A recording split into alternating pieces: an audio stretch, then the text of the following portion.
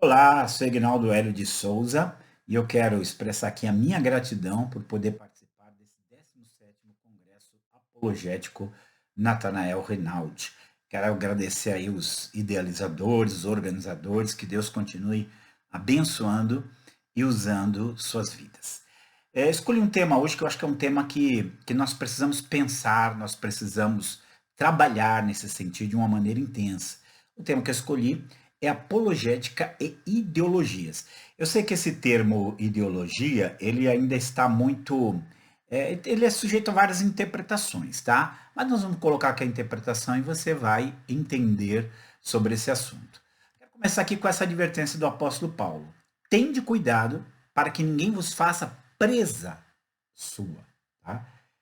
Eu quero que você pense aqui que há uma advertência do apóstolo Paulo, né? Ninguém faça presa sua por meio de filosofias e vãs sutilezas, segundo a tradição dos homens, segundo os rudimentos do mundo e não segundo Cristo. Colossenses 2:8. E aí temos que pensar nós e as ideologias, esses 4 pontos aqui, o cuidado. Então ele nos chama para um cuidado. Então, se é para ter cuidado, significa que há perigos. Nós nos acostumamos muito a olhar o problema das falsas religiões, dos falsos cristianismos que estão por aí, das falsas crenças religiosas. E não estou dizendo que não devemos, com certeza devemos. Mas a verdade só tem um caminho. A mentira e o engano tem vários e múltiplos. Então, o engano tem vindo muitas vezes através das ideologias. Por isso o apóstolo Paulo fala: cuidado, para que ninguém vos faça presa. A imagem da presa, a metáfora da presa, ela é forte, porque você corre o risco de se tornar uma presa. Sabe quando você vê ali o tubarão pegando outro peixe, o jacaré pegando um pássaro, ou você vê, sei lá, a aranha pegando a mosca? Então, nós somos a mosca, nós somos o peixe pequeno, nós somos o pássaro. Por quê? Porque nós nos tornamos presa. Presas do quê? De filosofias e vãs sutilezas. Ah, pastor, eu gosto de filosofia. Eu também. Eu também. Mas só que nós temos que ter uma consciência de algo, de que a luz da palavra é a luz da palavra. É a luz que tem que iluminar tudo, inclusive as filosofias. Né? E o pior, muito disso vem com vãs sutilezas. Meu Deus, quantas pessoas que um dia foram pessoas convictas da verdade da palavra de Deus, do Evangelho de Cristo, e que hoje se tornaram verdadeiros apóstatas, estão entrando numa situação tão ruim. Então, vou dar uma caminhadinha aqui para a gente ver essa questão das ideologias. Bom, etimologicamente falando, a ideologia ela só significa o quê? O estudo de algum protótipo do ideal, aquilo que é ideal. Né? No conceito filosófico e político, é bem parecido com a origem linguística, designando um conjunto de ideias que propõem uma sociedade ideal. É disso que nós estamos falando aqui. Então, proposta de uma sociedade ideal. Que exemplos nós temos na história de ideologias que propuseram uma sociedade ideal e que tiveram grande influência? Nós tivemos o positivismo, nós tivemos o nazismo, nós tivemos e temos, né, o comunismo. Então todos eles têm no âmago ali da questão, embora eles possam se desdobrar em nuances, em grupos diferentes, em caminhos diferentes, mas eles são essa ideologia e eles tiveram e têm impacto sobre o mundo. Agora que esse resuminho aqui é importante para você entender a questão da ideologia. Primeiro que ela traz um reducionismo à humanidade. Eu lembro assim do positivismo que o Comte ele separou a humanidade em 3 fases, né?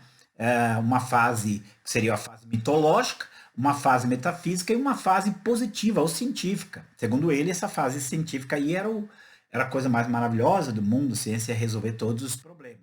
E muitos foram afetados por essa visão de mundo. Depois nós temos o caso do próprio nazismo. O que ele reduziu? Ele reduziu ariano, o problema do mundo é ariano e judeu. Se você derrotar o judeu, pronto, os arianos dominar o mundo, vai ficar tudo maravilhoso. Reduziu.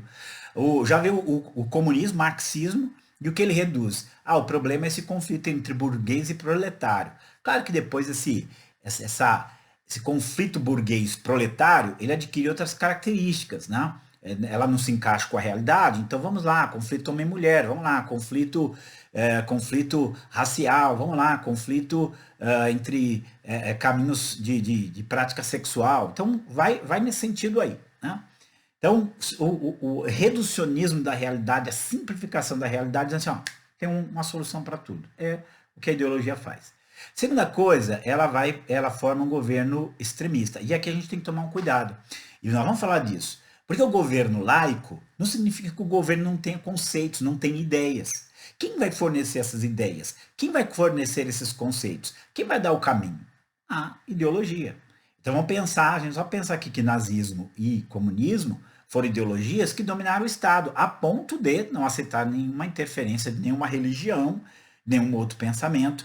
Então forma um governo totalitário. Por quê? Porque quem vai fornecer a visão de mundo para o Estado? Quem vai fornecer a ideologia, que diz que o governo tem que ser laico, mas eu tenho a resposta. Então, gente, uma ideologia, nós vamos ver aqui, ela nada mais é do que uma religião diferente. Tá? Nós vamos ver isso aqui, porque o terceiro ponto, estou tentando não ser muito.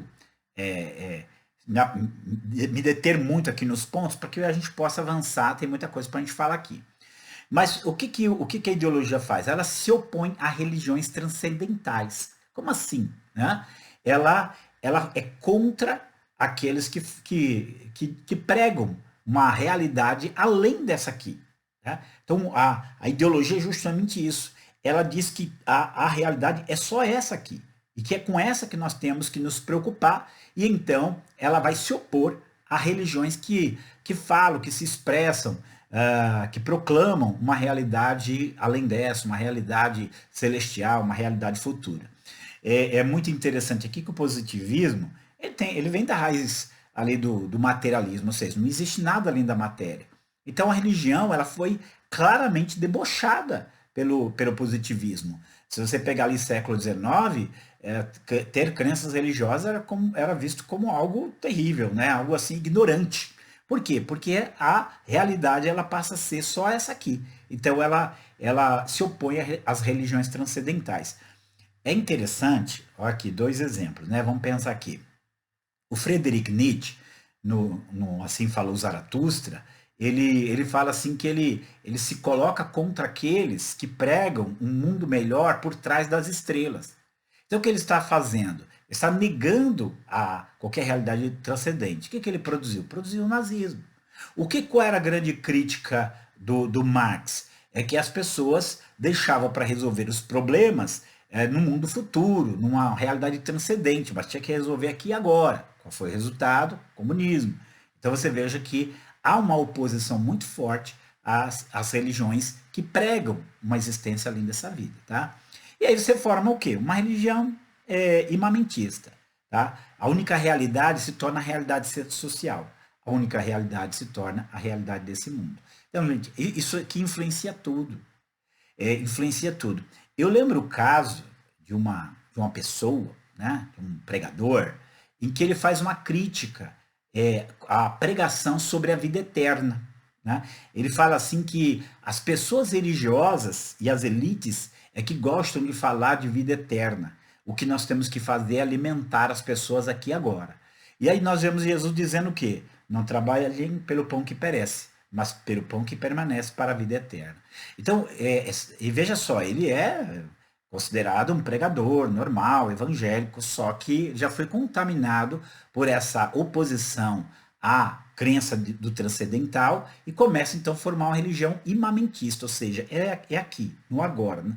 no tangível, que tudo vai acontecer. Então tudo isso, gente, são pesos da ideologia que nós temos que lidar. Estou dando aqui só uma pequena introdução. Tá? Qual que é o objetivo da ideologia? É transformar a realidade de acordo com seus princípios, visando alcançar um mundo perfeito de felicidade aonde? Na vida terrena. É isso que ele quer. Então, é óbvio que qualquer grupo que pregue uma fé além dessa vida, uma autoridade além dessa vida, uma resposta além da dela, a ideologia ela não vai aceitar e ela vai de fato se pronunciar. Tá? Eu peguei isso aqui, gente, eu uso em muitas palestras que eu faço.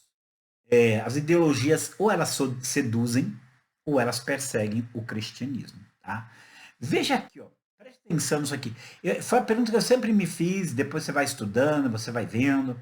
Fala assim, como que a igreja reagiu ao nazismo? Porque a gente olha para o nazismo hoje e qualquer pessoa coerente vai dizer que aquilo é um absurdo. E aí perguntar como é que as pessoas creram naquilo. E a minha pergunta é, e os cristãos? Gente, onde estavam os cristãos? Mesmo que a gente pense assim, mas tinha uma parte católica. Tá, mas você tem fundamentos. Não se opuser àquilo. E a igreja evangélica? Aí a gente se depara com coisas como essa aqui. Gente. Dá uma olhada nesse posicionamento aqui. Cristão sobre o nazismo.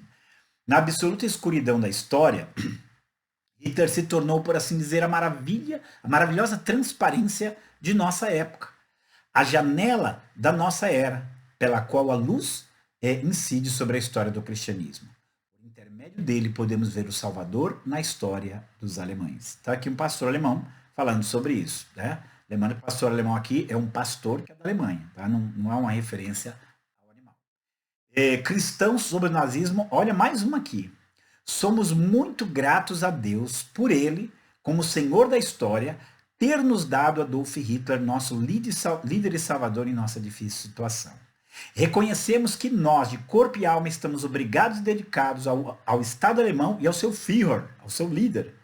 Essa servidão e obrigação contém para nós, cristãos evangélicos, seu significado mais profundo e santo em sua obediência ao comando de Deus. E mais uma. Não, só duas aqui. Tinha mais uma, mas eu não coloquei. Mas deu para você compreender, ao menos um pouco, aquilo que nós estamos vivendo? Então eu quero aqui só ressaltar agora aqui, com o nosso próximo slide, essa questão do vácuo que ficou. Porque o governo laico, né, ele foi criado com uma boa intenção. Ele foi criado, quando foi criado, principalmente a ideia ali dos pais fundadores, com a ideia de que uma igreja não tomasse posse do Estado e oprimisse as demais, como eles sofreram, lá os puritanos sofreram isso na Inglaterra, né? Então, eles não queriam isso, mas foi feito algo ao contrário. Ideias antirreligiosas, anticristãs, se apoderaram do governo laico e passaram a oprimir todas essas religiões e principalmente, né, a cristã.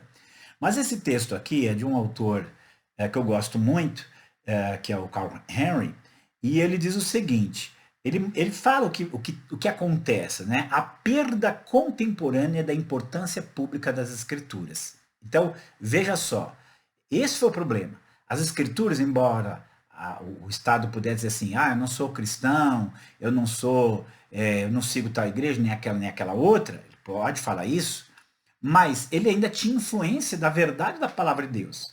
Só ele tinha influência dos conceitos da Bíblia. A cosmovisão da nossa cultura, a cultura judaico-cristã, vinha da Bíblia. Mas aí, como ele escreve, a perda contemporânea da importância pública das escrituras nega a necessidade e a possibilidade da interpretação bíblica do mundo. Então, olha só, quando você interpreta o mundo, vou falar assim, o que é o homem? É um ser criado em imagem e semelhança de Deus. O que é a família? É uma instituição criada por Deus para que o homem pudesse desenvolver as suas habilidades sobre a terra. Então, o que é isso? É uma interpretação do mundo segundo os conceitos bíblicos. Mas aí vem esse grupo que nega que seja possível e até necessário interpretar o mundo a partir da Bíblia. Tá?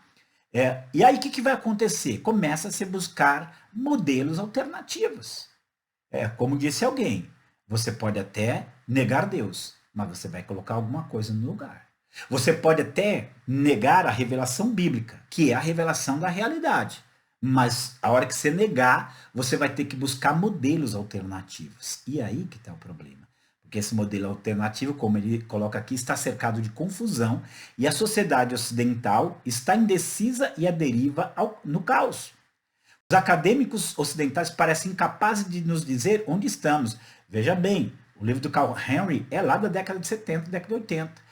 De lá para cá, é óbvio, gente, que as ideologias elas avançaram, tomaram o lugar do papel das escrituras e avançaram em tudo. Olha aqui, gente, eu queria até deixar de surpresa. Olha essa frase. Presta atenção nessa frase. O papel das universidades na formação cultural.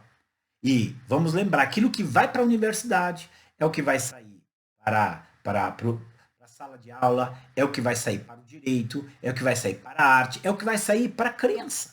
Então, Hitler escreve assim em 1930.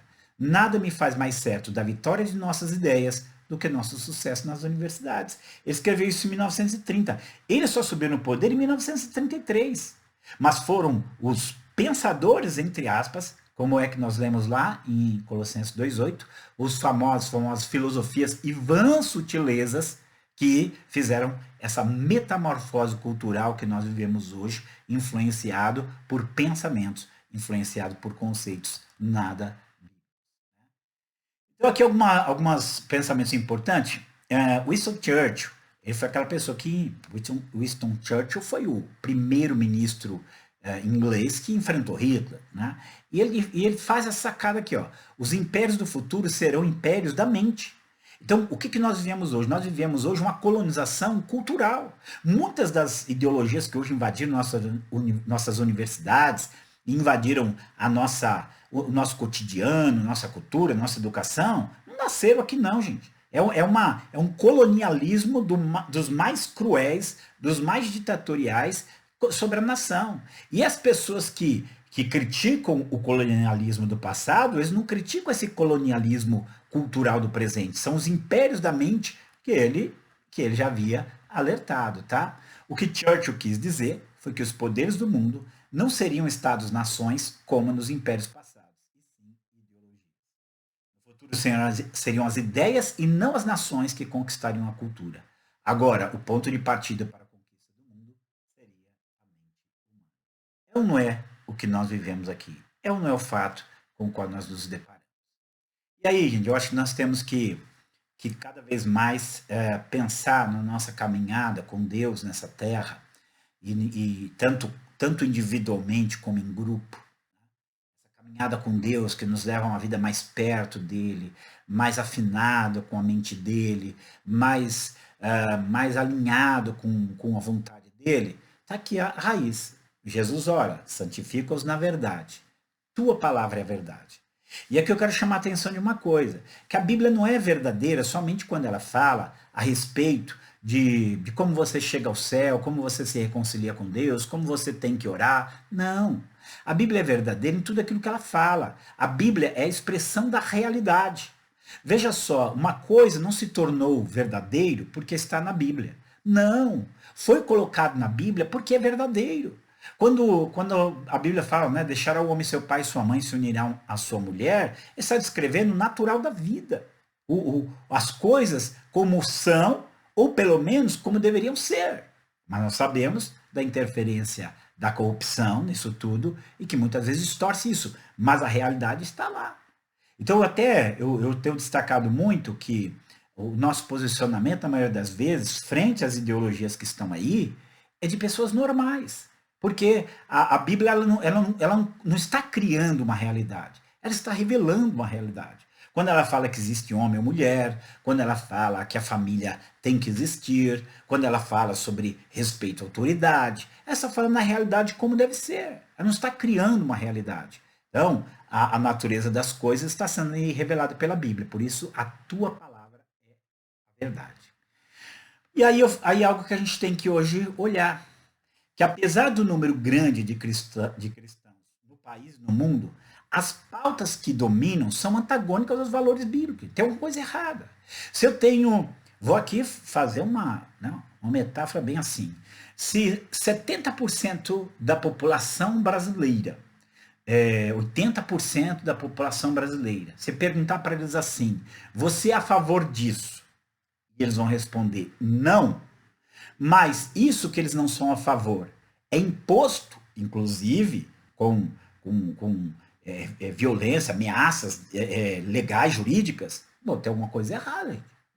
Democracia não é o maior número ali, então isso é muito sério. Por que que dentro da educação, por que que dentro da mídia vai sendo imposto pensamentos, conceitos, atitudes que não é da maioria, que é cristão, que tem um determinado tipo de pensamento. E às vezes não é nem que é cristão, às vezes porque é normal, desculpa falar, e ver certas coisas que não são boas. Então, olha isso aqui, gente. A questão das ideologias identitárias. Hoje é difícil dizer o que é um homem, o que é uma mulher, o que é uma família, o que é verdade, o que é cristianismo, o que é religião. Hoje nós vivemos numa crise de definições. Primeiro eles partem para um relativismo absoluto, né? Para uma ditadura do relativismo, e depois eles impõem uma ideia, você não pode contestar aquela ideia de modo nenhum, né? Esses assuntos do que é um homem, o que é uma mulher, o que é família, vem alguém e diz assim, ó, vamos lá na raiz. Família é uma construção social. Masculinidade é uma construção social. A feminilidade é uma construção social. Não, desculpa, são construções divinas. Verdade é construção divina. Então nós temos que entender, aqui é onde o âmago do conflito. Para alguns, você lembra daquela frase famosa dos irmãos Karamazov, que diz assim, se Deus não existe, tudo é permitido? Eu diria assim, se Deus não existe, tudo é possível. Porque aí então, a realidade, ela é qualquer coisa que eu possa mudar. E é isso que as ideologias pregam dentro das universidades. É isso que ela prega em seus textos. Que a realidade era só uma construção social que você pode mudar. A família é assim? Não, pode dizer que é outra coisa. Feminilidade, masculinidade, posso mudar. Então, isso aqui é muito grave, gente. Essas coisas não são assuntos inócuos. Elas se relacionam com a própria estrutura da realidade. Lembram daquela frase do Chesterton, há 100 anos atrás? Chegará o dia em que nós teremos que provar para as pessoas que a grama é verde, pois está aí. Nós estamos hoje tendo um trabalho muito grande para provar para as pessoas que a grama é verde, que o óbvio é o óbvio. Vamos continuar aqui. A questão do aborto. Faz um plebiscito. Se é a favor ou contra. Pronto, resolveu. Mas não vão fazer. Porque há uma colonização cultural sobre isso. Né? E eu quero dizer para você, essa questão, ela é muito mais profunda do que a gente imagina. Mas eles reduzem tudo a uma questão social. Como se é apenas uma questão social. Não, é porque ele não tem condições de cuidar, porque vai evitar isso, vai evitar aquilo outro, e vai pôr aquilo outro. Não é só questão social, não. Isso está relacionado com a forma como nós vemos um ser humano. O que está sendo morto ali no ventre da mãe? É só um ser social? Ou é um ser criado em imagem e semelhança de Deus destinado à eternidade? O que está sendo morto? Então, implica conceitos muito fortes. Como disse o professor James Kennett, Dr. James Kennett, no Se Jesus Não Tivesse Nascido, o que é um homem? A resposta que você dá a essa pergunta vai determinar o que você pode fazer com ele. Ele é só um ser social como qualquer outro animal que nasceu nesse mundo. Então eu posso fazer com ele o que eu quiser. Gente, isso não é brincadeira. Eu vou fazer aqui uma referência para você do Peter Singer, que é professor em Princeton. Ele chegou a dizer que se uma criança nasce com problema mental, que ele pode ser usado para alimentação se a gente desenvolver um gosto pela carne humana, ou pode usar como experiência de laboratório. Por quê? Porque para ele o homem é um animal como o outro qualquer, literalmente. Um homem, um bezerro, um orangotango e uma lagartixa são iguais, são apenas espécies diferentes de animais. Ele chega a ponto de dizer, estou falando, isso aqui é a declaração dele, de que, como nós somos apenas espécies diferentes, não existe nenhum problema em relação entre homens e animais. Se você são apenas espécies diferentes ali copulando. Então, a gente tem que entender que a ideologia ela não é uma coisa inofensiva. Ela é uma explicação de mundo e que tem as suas consequências. As ideias têm consequências. Ideias boas, boas consequências. Ideias más, consequências péssimas. O comportamento anticristão. Há um discurso e sentimento anticristão permeando tudo, desde a sala de aula aos elementos do entretenimento. Conceitos cristãos são ferozmente atacados. Se eu falar aqui, eu tenho o costume de entrar na Wikipédia e olhar assim, se houve alguma citação, né, de alguma coisa que eu escrevi, meus artigos foram parar. Um dia alguém usou um artigo meu na Wikipédia para escrever um verbete da Wikipédia. E foi muito bom o que ele escreveu lá, não tenho tempo para comentar aqui. Mas a partir daquele verbete, eu fui olhando outros, eu achei um chamado cristofascista. Então, assim, cristofascismo. E aqui eu tomei um susto, eu falei, o que é isso? Gente, eles classificam cristofascista, por exemplo, quem é contra o aborto. Cristofascista, quem defende o modelo de família igual à Bíblia. Ele chega a citar assim, a pessoa é um cristofascista porque ele defende a Bíblia como o único modelo de família. Tava lá assim, se você não concorda com determinadas pautas, você é um cristofascista. Tem inclusive um livro, né? Um livro gratuito lá para quem quiser, né? Acho que é pandemia cristofascista, epidemia cristofascista, uma coisa assim. Você já parou para pensar? Então esse é um discurso universitário, é um discurso que está na Wikipédia. Dá para você ver o problema de toda essa ideologia. A ideologia, ela também pode ser muito anticristã.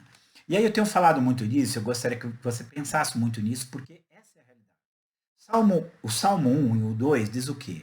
Bem-aventurado é aquele que não anda segundo o conselho dos ímpios, não se detém no caminho dos pecadores e nem se assenta na roda dos escarnecedores. Antes tem o seu prazer na lei do Senhor e na sua lei medita de dia e de noite. Então eu quero que você pense que são duas influências, a ímpia e a bíblica. O grande problema é que durante um tempo na história, a influência bíblica, inclusive no espaço público, como disse o Carl Henry, era bom, era grande. Mas hoje não. Essa influência foi se retirando e então entrou o conselho de ímpios. Hoje, pessoas muito inteligentes, pessoas muito capacitadas intelectualmente, mas sem nenhuma influência das verdades reveladas, sem a influência das verdades morais, eles estão influenciando milhões de pessoas, influenciando toda uma geração. Essa influência é a influência do ímpio, é a influência do escarnecedor que está lá dentro das universidades dali para o mundo, tá? Mas vamos lá, vamos continuar caminhando aqui porque tem muita coisa. Ó, os conselhos dos ímpios não estão apenas em ambientes suspeitos como bares ou rodas de amigos. Estão nos meios acadêmicos, na literatura, no entretenimento, muitas vezes com uma linguagem acadêmica e com argumentos muito sutis. Deu para você captar e perceber o que nós estamos vivendo? Então, aí o que acontece? Você tem uma influência de algumas horas ali na igreja e de dias, uma carga horária de conselhos de ímpios, desde a da literatura, livros didáticos, dentro do sistema educacional, na cultura de uma maneira geral. É óbvio, gente, digamos assim, que a roda dos escarnecedores ampliou sua área de atuação. Hoje ela é uma praça pública. E é isso que a gente tem que abrir nossos olhos e começar a entender. Essa frase do Tozer aqui, ela me toca no coração. Eu coloquei ela no meu livro Dragão Vermelho porque me chamou muita atenção. Um cérebro superior com a salvadora essência da piedade pode virar-se contra a raça humana e embeber em sangue o mundo, ou pior ainda, pode soltar na terra ideias que continuarão a amaldiçoar a humanidade durante séculos depois dele ter voltado ao pó. O Nietzsche já tinha morrido quando o nazismo sumiu. Quando ocorre a revolta, quando ocorre a Revolução Bolchevique de 1917, a Revolução Comunista na Rússia, o Karl Marx já tinha morrido faz tempo. Mas as ideias deles foram capazes de derramar muito sangue. Por quê? Porque é cérebro superior sem essa essência, salvadora essência da piedade, né? Sem esse temor de Deus. Lembre-se, temor de Deus é o princípio da sabedoria. Quando você tem pessoas muito inteligentes, mas que não têm o temor de Deus, isso pode ser muito grave, né? Eu lembro muito assim o caso do Unabomber, que é citado em um filme chamado, agora me fugiu aqui, o Gênio Indomável, e que a pessoa que cuidava, o rapaz era um gênio, mas ele quer tratar o rapaz porque esse rapaz tem vários problemas. E ele fala assim, não importa que ele seja um gênio, mas se ele não tiver o sentimento correto, ele vai fazer coisas ruins. E ele cita o Unabomber, que era um gênio, mas que fez um morticínio, um ataque terrorista, um dos mais terríveis que houve lá em Oklahoma, nos Estados Unidos. Né? E aí, gente, o que você tem hoje? Preste atenção, porque isso aqui é fato, é prática. Você tem uma ideologização agressiva, uma militância política, uma militância educacional, uma militância cultural, uma militância midiática, uma militância jurídica, uma militância teológica, uma militância nos arraiais cristãos. Ou seja, eu quero que você preste atenção nessa palavra militância. Porque a Bíblia não fala combate o bom combate da fé, em 1 Timóteo 6,12. Paulo não diz combate o bom combate, ali em 2 Timóteo 4,7. Então, a vida cristã é um combate. Eu estou lutando contra determinadas forças. Só que essas forças, elas que estão na militância do combate. E elas vão para o meio político. E quando eu falo meio político, a gente pensa assim, ele se candidatou. Não, gente. Eles vão lá na sessão da Câmara para que determinadas ideias suas sejam colocadas lá. A militância deles é educacional, eles estão na sala de aula. Quem que não teve um professor comunista tentando te convencer? Eu tive isso na década de 80. Hoje você só tem isso. Né? A militância cultural, vamos lembrar do Queer Museu, que é lá de Porto Alegre, de Santander, lembra daquilo? Né? A militância midiática, ou seja, eles saem das universidades, eles vão para a mídia, para influenciar. Na lei, mudar a interpretação de lei, militância teológica. Eu vou pedir licença aqui para o nosso querido pastor João Flávio Martinez, eu vou falar um palavrão aqui, tá? Tem um autor que ele escreveu um livro, aí você pesquisa, você vai ver quem mas o título do livro dele é Viadagens Teológicas. O que você acha que o livro fala? Qual que você acha que é a intenção deles? Né? Então tá aí, militância nos arraiais cristãos, muitas vezes tentando puxar eles para determinado lado. Então nós precisamos acordar, tá, gente? Vamos lá, quero continuar aqui. E aí, qual é o resultado disso? Gente, a ação do mal, ela pode ser uma ação tanto de perseguição como de sedução. Tá? Então, você tem hoje um cristianismo seduzido. Você tem cristianismo progressista. É? Se você entrar no meu canal, a Missão Atenas, até no canal do CACP, porque foi palestra de outro congresso apologético, tá? Mas cristianismo progressista. Cristianismo inclusivo, você sabe o que é isso. Cristianismo feminista. Ou seja, você não sabe mais o que é cristianismo, porque eles moldaram segundo as suas ímpias concupiscências, como diz 2 Timóteo 4. Né? Cristianismo abortista, cristianismo feminista, relativista, ecumenista, cristianismo indeciso, cristianismo de isenção. Então você tem hoje um monte de cristianismo que só não é cristianismo bíblico, porque cristianismo bíblico, ele sabe muito bem quais são os seus fundamentos. Tá? Aí as pessoas dizem, não, mas tem várias interpretações. Mas esses que falam várias interpretações, quando você vai olhar, eles não acreditam na Bíblia. Eles usam a Bíblia para espalhar sua ideologia, mas eles não partem as suas ideias das Escrituras. Vamos lá. Inclinação totalitária. Esse é o grande problema. A ideologia ela tem uma inclinação totalitária. Ela vai perseguir os discordantes, ela vai pegar conceitos discutíveis, ganhando força de regimento de lei. Então eles criam uma palavra e um conceito fica vago, e a partir dali eles fazem a lei em cima de um conceito vago, de uma ideia vaga. Ah, você é homofóbico, o que é isso? O que é exatamente isso? Aí vai fazer todo um discurso ali. Silenciar as vozes contrárias. Queridos, tem áreas que já estão completamente tomadas, infelizmente. Se os evangélicos, olha essa aqui, gente, vou até deixar só isso aqui, ó. Se os evangélicos não levarem a sério o mundo mais amplo do intelecto, estaremos com efeito dizendo que queremos que a nossa mente seja formada pelas convenções das universidades modernas e pelos pressupostos da mídia, em vez de por Deus e seus servos. Deixa eu falar algo aqui que eu falo desde que eu dou aula. Às vezes as pessoas perguntam assim, mas aqui tem reconhecimento do MEC? E eu, naquela época, com muito menos conhecimento que eu tinha hoje, eu já dizia assim, para que o reconhecimento do MEC? A minha pergunta era, o que o MEC entende de teologia? E hoje, quando alguém fala assim, você tem reconhecimento do MEC? Eu já falo assim, não, nós não reconhecemos o MEC. Pergunta, gente, o que o MEC tem para... Você acha que o MEC, ele organiza ali um currículo, uma coisa. Você acha que ele entende de Bíblia? Você acha que ele tem sentimento cristão? Não, tem muitas universidades boas aí reconhecidas pelo MEC, não vou desfazer. Mas eu quero que você pense que para uma teologia ser boa, a condição dela não é ter o selo do MEC, é ter o selo da palavra. Ela pode ter ou não ter o selo do MEC, mas ela tem que estar afinada com a palavra. Ela é o nosso selo, ela é o nosso padrão. Não, nós não reconhecemos o MEC como autoridade nas coisas bíblicas. Aí vamos lá, o que fazer? Eu quero só compartilhar algumas coisas com você, porque nós temos algumas coisas na nossa vida, na nossa teologia, às vezes, que vai posicionar os nossos passos, né? Mas veja esses dois versículos aqui. Vocês são o sal da terra, mas se o sal perder o seu sabor, como restaurá-lo? Não servirá para nada, excesso para ser jogado fora e pesado pelos homens. Vocês são a luz do mundo. Não se pode esconder uma cidade construída sobre um monte. E também ninguém acende uma candeia e a coloca debaixo de uma vasilha. Ao contrário, coloca no lugar apropriado e assim ilumina todos os que estão na casa. Então veja só, nós não somos o sal da igreja e nem a luz da igreja. Nós somos o sal da terra e a luz do mundo. Isso fala da nossa influência externa.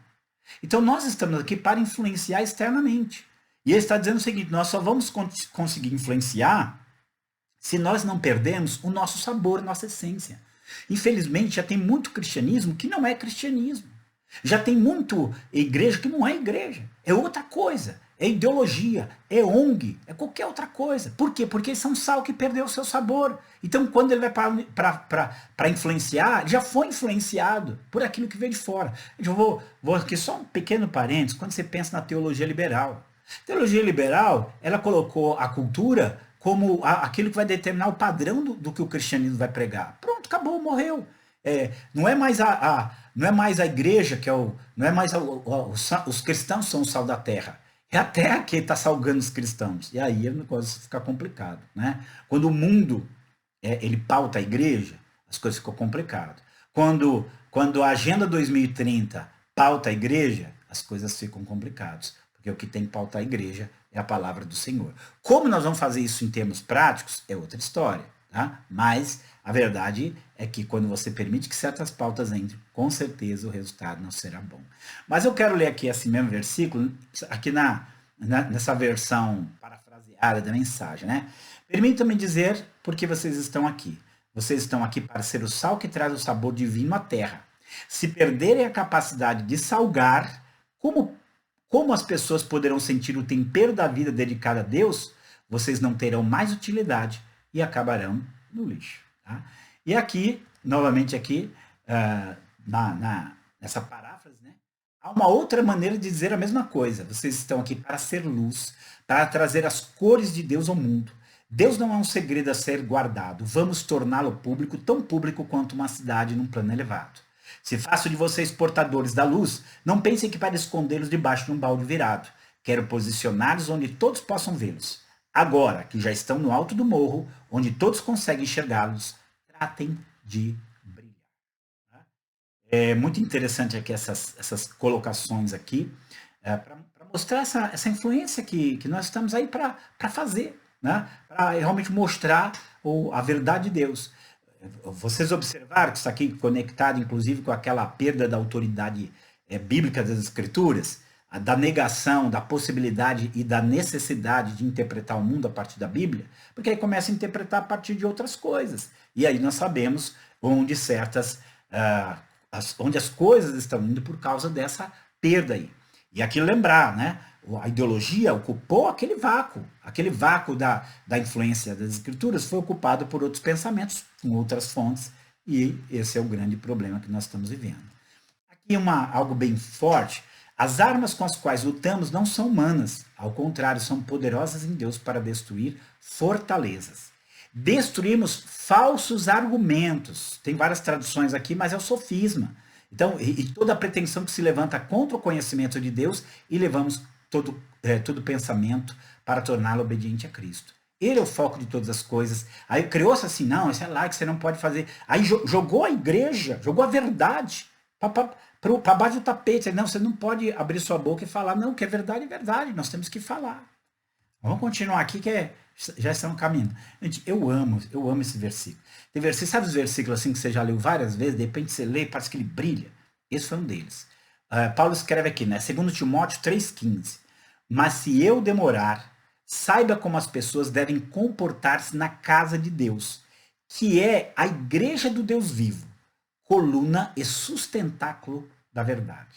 O que ele quer dizer com isso aqui? A igreja não produz verdade. Aliás, ninguém produz verdade. A verdade, ela não é produzida. A verdade, ela é descoberta. Ela pode ser revelada, como nós cremos, mas ninguém inventa a verdade, ninguém cria a verdade. Nós não temos poder para isso, nós temos poder para revelar a realidade. Né? Então a verdade que ele fala aqui é a verdade revelada, a verdade que está nas Escrituras. E a igreja, qual é o papel dela? É ser coluna e sustentadora dessa verdade.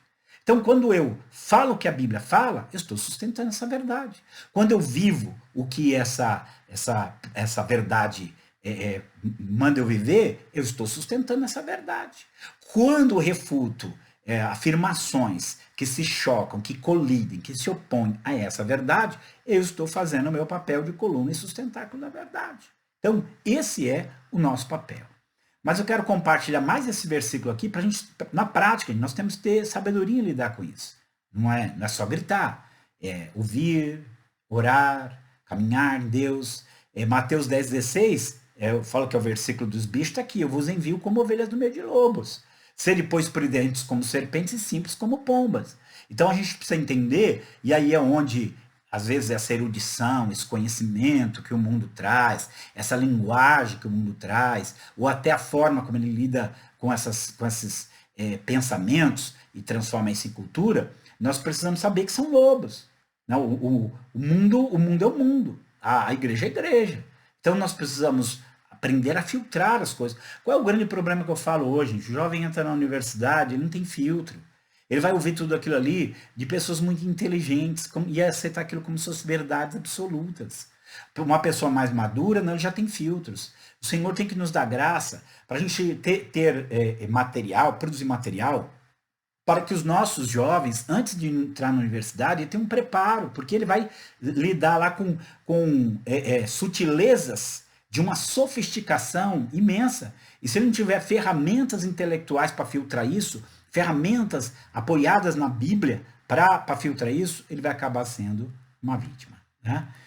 E aí está aqui, rapidamente, que 2 Tessalonicenses 6,8, e agora vocês sabem o que o está detendo, para que ele seja revelado no seu devido tempo. A verdade é que o mistério da iniquidade já está em ação, restando apenas que seja afastado aquele que agora o detém, então será revelado o perverso. Não vou entrar aqui nas questões escatológicas que isso se envolvem. Eu quero apenas fazer um comentário, porque às vezes as pessoas falam assim, mas a Bíblia fala que tudo isso vai acontecer, a Bíblia fala que vai acontecer tal coisa, a Bíblia fala que o anticristo vem, tá? E ela fala que é para você aceitar tudo isso passivamente? Ela fala que é para você abrir a porta para o anticristo? Ou ela fala que de alguma maneira nós somos resistência a ele? Né?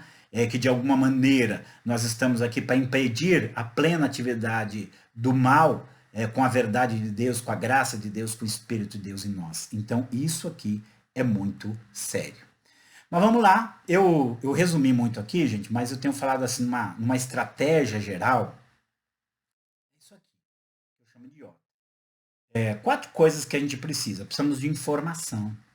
Então, aqui é onde entra estudo, aqui é onde entra a buscar saber realmente as coisas como são, buscar as fontes seguras para aprender as coisas, informação que nós precisamos, boa informação.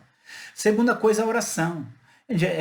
Eu não estou, porque às vezes as pessoas têm a impressão assim, que você fala sobre isso, as pessoas pensam que você está negando a vida espiritual. Pelo contrário, só crentes espiritualmente fortes, crentes de oração, de jejum, de relacionamento com Deus, de quebrantamento, é que vão poder fazer frente a esse tipo de coisa. Tá? Então, oração, uma vida de oração. A igreja aprendeu a orar por si, pela sua igreja, pela nação. Né? Orar. Né? Essa é a arma da nossa batalha. Né? As nossas armas são poderosas em Deus. A palavra e a oração são poderosas. Treinamento. São coisas que você não aprende da noite para o dia. Mas você refutar essas ideias terríveis, você precisa de graça, sabedoria, fazer isso com amor, fazer isso com sabedoria, fazer isso com estratégia. Então nós precisamos de treinamento para isso. E por fim precisamos de ação, precisamos agir. Algumas coisas já têm sido feitas. Se você observar algumas coisas na nossa época, mostram ações e elas funcionaram. Quando você batalha, realmente a coisa faz diferença. Olha aqui, se 2 lados estão em guerra, mas só um lado sabe disso, quem você acha que vai vencer? Se tem uma ideologia que ela quer calar o cristianismo, ela está em guerra contra o cristianismo, e o cristianismo não sabe disso, quem que você acha que vai vencer? Só quero que você pense. Há uma guerra cultural em andamento. Se não aceitarmos isso e não reagirmos, se não aceitarmos isso e não reagirmos, já perdemos. Se você não reconhecer que tem uma guerra cultural em andamento, já perdemos, tá? Sabemos que jamais iremos despertar a consciência de todos, mas isso não deve nos impedir de agir. E aqui é uma frase desse autor, que eu já falei aqui, gosto muito dele. É melhor ser radical do lado certo do que fraco do lado errado. É melhor ir longe demais do que não percorrer o caminho, tá? Então, precisamos ser determinados. Esse aqui, ele lutou contra a teologia liberal. E posso dizer assim, naquela ocasião venceu. E em tempos de crise, Deus sempre salvou a igreja, mas ele sempre a salvou pelos teimosos defensores da verdade e não por pacifistas teológicos. Então a gente tem que se posicionar. Aqui não, eu falo que mas eu não sou de briga, né? Não sou pessoa de ofender, não se deve ofender ninguém, somos cristãos. Mas ser firme não é errado. Né? Como eu costumo dizer, ingenuidade não é virtude. E tolerância não é valor. Dependendo do tipo de tolerância, você pode estar tolerando muito o mal. Ela será sempre uma faca. E eu quero fazer os convites para vocês aqui no final, agradecendo aqui, para que o meu canal, Missão Atenas, embora muito do conteúdo tenha conteúdos variados ali, teológicos, devocionais, mas há vários conteúdos que eu gostaria que você acompanhasse, marxismo à luz da Bíblia, cristianismo progressista, tem uma série ali de ministrações em igreja sobre essa questão, tem ali marxismo e família, que eu acho muito importante para você entender, então se inscreva lá no canal. E aí quero também deixar aqui minhas redes sociais, tá? Fique à vontade para entrar em contato. Às vezes a gente consegue atender de uma maneira boa, às vezes a gente não consegue, tá? Mas tá aí. Você pode entrar no meu Instagram, no meu canal, mandar um e-mail, tá? Até mesmo no meu WhatsApp. Então você pode aí estar caminhando comigo. E aqui, gente, algumas obras que eu tenho produzido. Marxismo Selvagem, eu lancei em 2018, um manifesto contra a ameaça do marxismo cultural, mas a partir dali não parei mais de palestrar sobre o tema, e então os conteúdos são muitos, e aí eu lancei o segundo livro em 2022, que é o Dragão Vermelho, Marxismo à Luz da Bíblia, que inclusive vai mostrar a incoerência de querer alinhar marxismo e cristianismo. A parte de cosmovisão ali é muito forte para você entender onde estão os conflitos. E esse curso aqui também que você pode entrar cristianismo e marxismo, cosmovisões em conflito. É um curso baratinho, é um curso fácil de você fazer, que já começa a te dar algumas ferramentas. E por fim, aqui está aqui a loja, a loja missãoatenas.com.br, você pode conhecer todo o meu material ali, tá? Queridos, muito obrigado. Me perdoe se eu corri um pouco. Na verdade, eu fiz aqui um resumo de muita coisa que eu tenho compartilhado em igrejas e fico muito feliz com todos aqueles que têm líderes e pastores e igrejas que têm aberto o coração para trabalhar e saber. Muito obrigado. Deus abençoe vocês. Deus abençoe todos que estão aqui participando desse congresso, que isso enriqueça muito vocês e que a igreja brasileira seja poderosamente abençoada. Até o próximo.